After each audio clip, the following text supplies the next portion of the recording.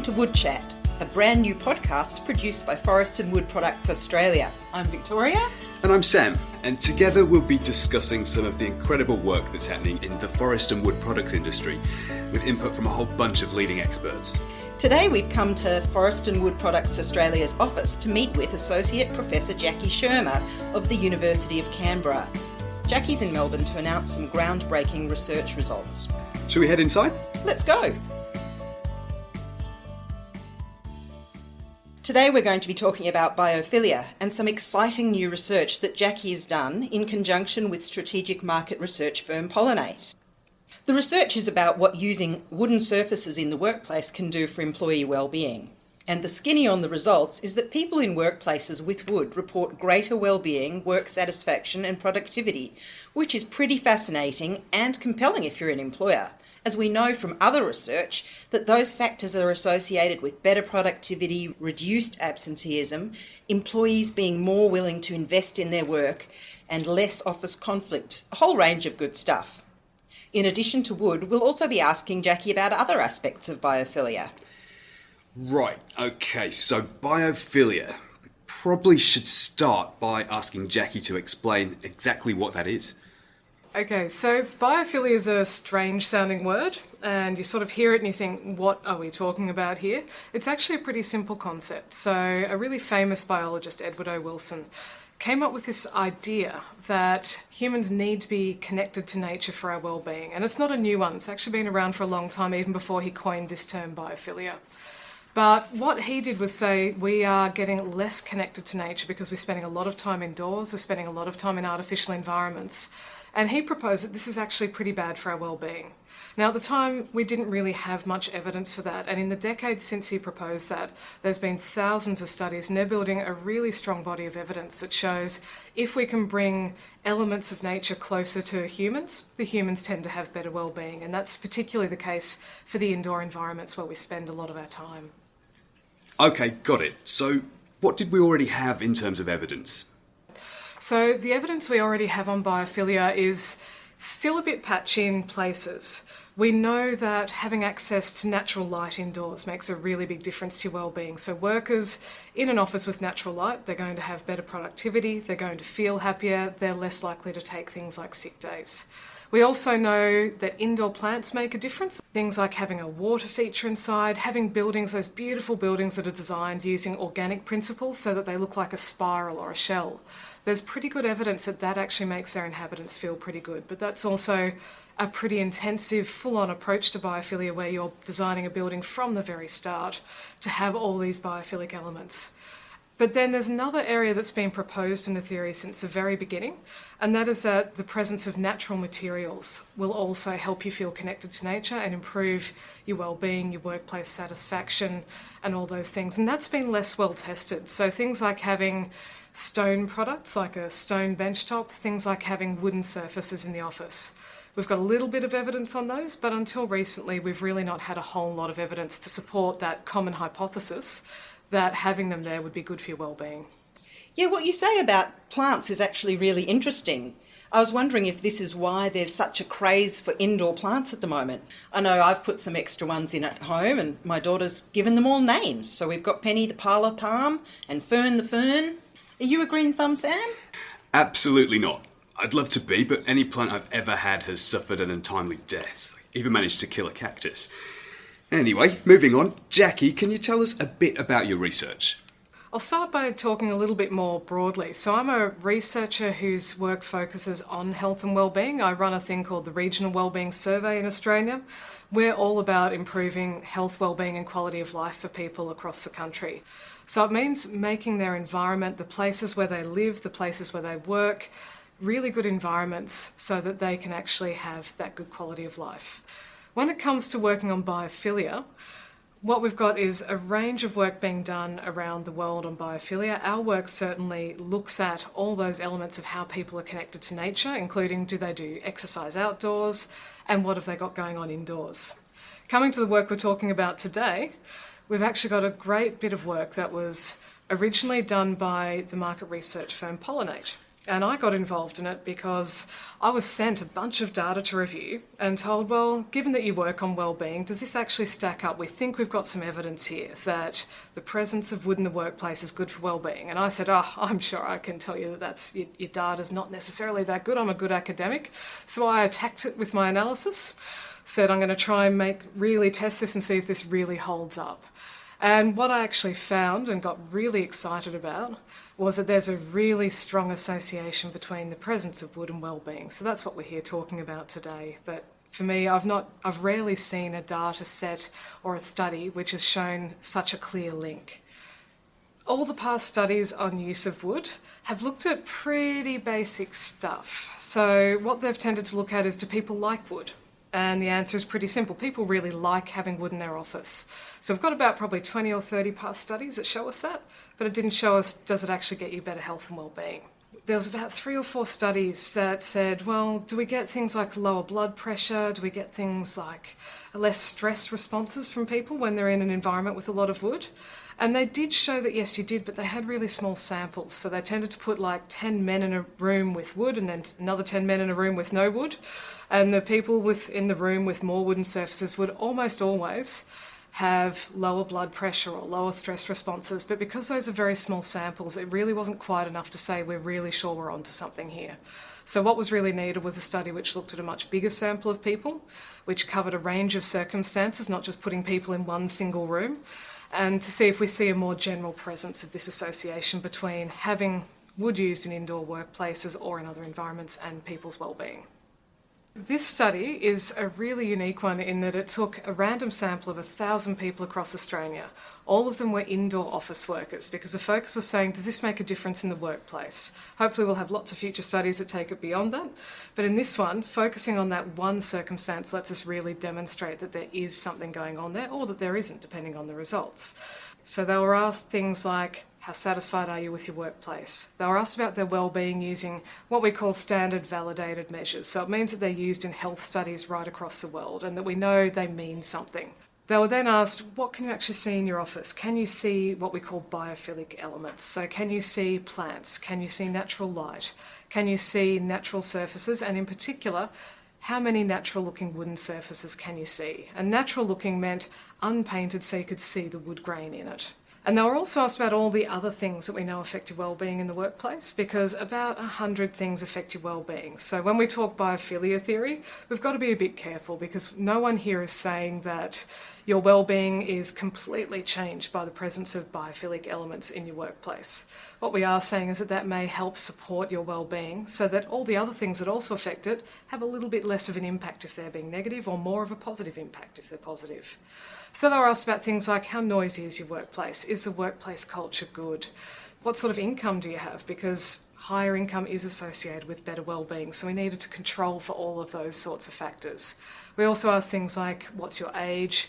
Are you male or female? Because a lot of research has shown that those factors actually change your well-being. People tend to get happier as they get older. What we wanted to do was be able to say, if you've got more wooden surfaces in your workplace, do you have better workplace satisfaction? Do you have better well-being? And does that still hold after we control for all those other factors that we know affect your well-being? Because that's the type of rigorous analysis we need to actually establish, is there some kind of relationship here? So taking a walk around the Forest and Wood Products Australia office, it probably won't surprise any of you to learn that this place has a whole lot of timber about the premises, like this benchtop here. So I'm guessing we'd have scored quite highly. The big question for Jacki is, did this research make her think about the view from her own desk?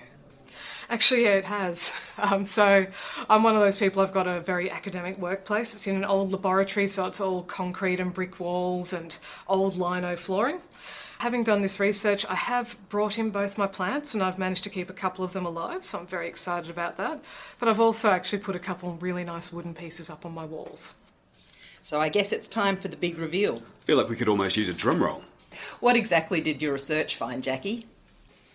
So the first thing we looked at is there actually a problem to start with? So are we seeing an issue where people are spending a lot of time indoors, which means they might not be getting much connection to nature? And is there an issue with having a lack of connection to nature in their workplaces? And unfortunately, in both instances, the answer was yes.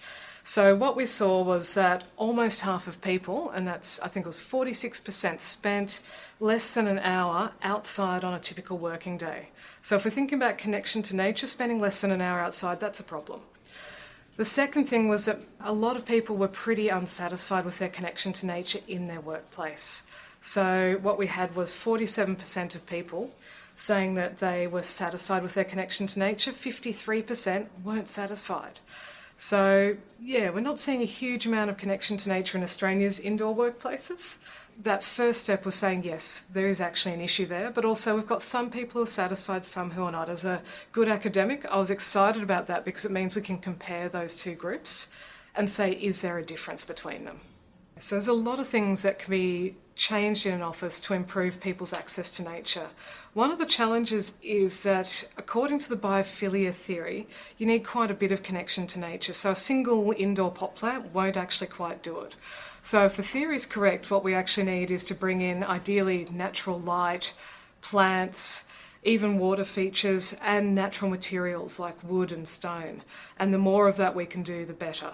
In your absolutely ideal world, which is not one that's practical for most employers, you would knock down your building and build a beautiful new biophilic building from scratch, which had natural form in it, which gave you all of that. So one of the things that's really important is thinking, what can you bring into an existing workplace that will actually achieve these things? Okay, so that sets the scene, but what were the results in terms of wood and employee wellbeing? So the results were very positive for wood and employee wellbeing. So if we look at the number of wooden surfaces someone could see from their desk and their wellbeing, there's what we call a strong and positive association. So if you're a worker and you could see no wooden surfaces at all from your workplace, 53% of that type of worker was satisfied with what was going on in their workplace. When you move that up to having 8 or more wooden surfaces, and we're talking things here like wooden chairs, wooden panelling on the walls, wooden floorboards, even quite small wooden items, but if you get to 8 or more, then 82% of people were satisfied with their work. And not every workplace can effectively have indoor plants. We actually have issues with some plants not being able to survive in some workplace environments, whether it's due to workers not watering them enough, or in some workplaces they've actually got conditions which mean they can't bring plants in. Similar with natural light. You move into a building in the CBD, you can't exactly put a skylight in and get natural light into all parts of the office in some cases.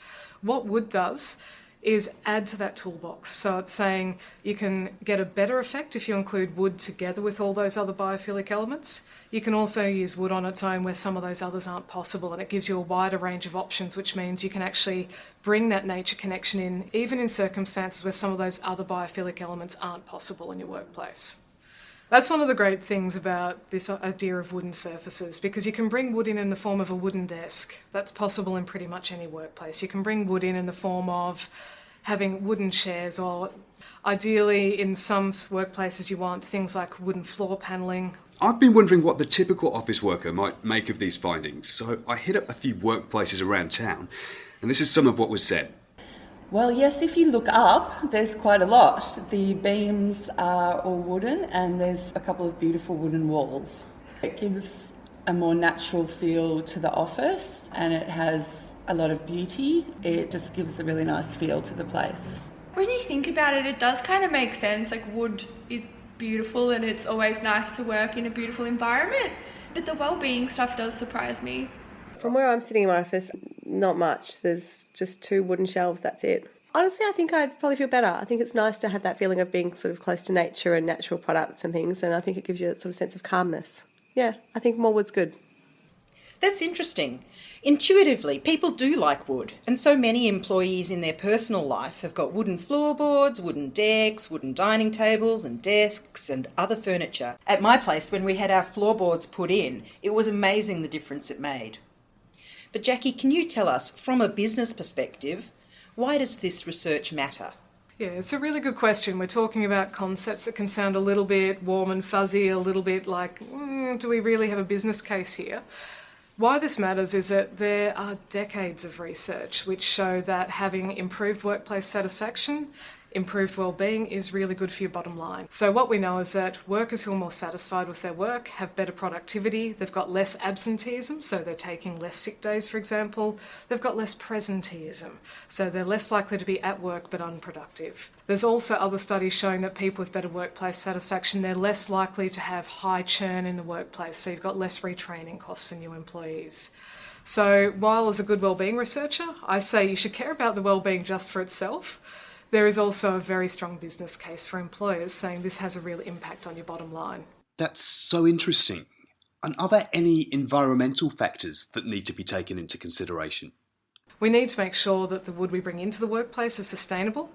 If we're truly going to be about biophilia theory, we need to think about where's that timber coming from and how do we maintain the environment in the outside world, as well as bringing it into the indoor world. So that means thinking about sustainable sourcing of timber and going to the sorts of places that can recommend really good sources of timber for your workplace that are known to have been harvested in environmentally responsible ways.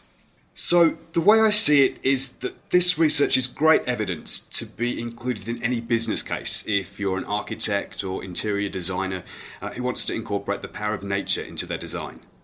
If you think about it, better use of nature-inspired design could not only help businesses individually, but the effects could add up to help the economy more generally. So we've already talked about your office, Jacki, but have you done anything elsewhere, say, for instance, at home, to increase the presence of natural elements? Well, actually, we're in the process of renovating our house at the moment. Because I've been doing this research, we've been talking to our architect and ended up including a lot more wooden elements into the plans for the new house. So what we're doing in our house is looking at things like having a room with wooden floorboards, which really have a beautiful grain to them. We're also looking at options for things like wooden bench tops. Okay, so lots of information to take in today. Jacki, how would you recap your research in a nutshell? So in a nutshell, having wooden surfaces in your workplace is strongly associated with improved worker wellbeing, workplace satisfaction, and with all the positive things that can flow from that, like improved worker productivity. So what's the next step in terms of this research? What we need to do next is understand more about how the design of wood in the workplace may affect wellbeing. So, for example, looking at different ways people use wood in the workplace, different types of wooden surfaces, and which ones are most effective in different situations for improving wellbeing. Step 2 through to 10 is trying to look at this relationship in a wider range of settings. Because similar to the indoor office environment, there's been some past studies which show that there's likely to be a similar effect in other environments. So we're talking places like schools.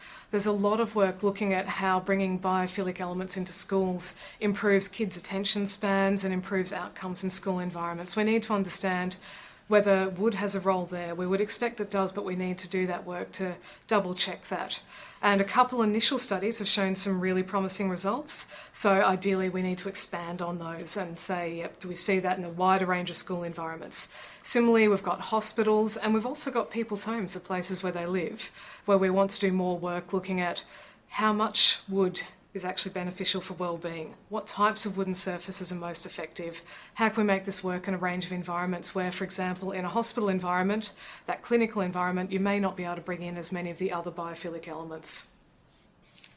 Thanks for taking the time to talk to us today, Jacki. And for anyone listening who'd like to find more information about Jacki's research, jump online and visit the Forest and Wood Products Australia website. So that's a wrap for the first episode of WoodChat. Actually, Sam, I think you'll find that the cool kids say ep. In that case, I hope our listeners will join us for the next ep.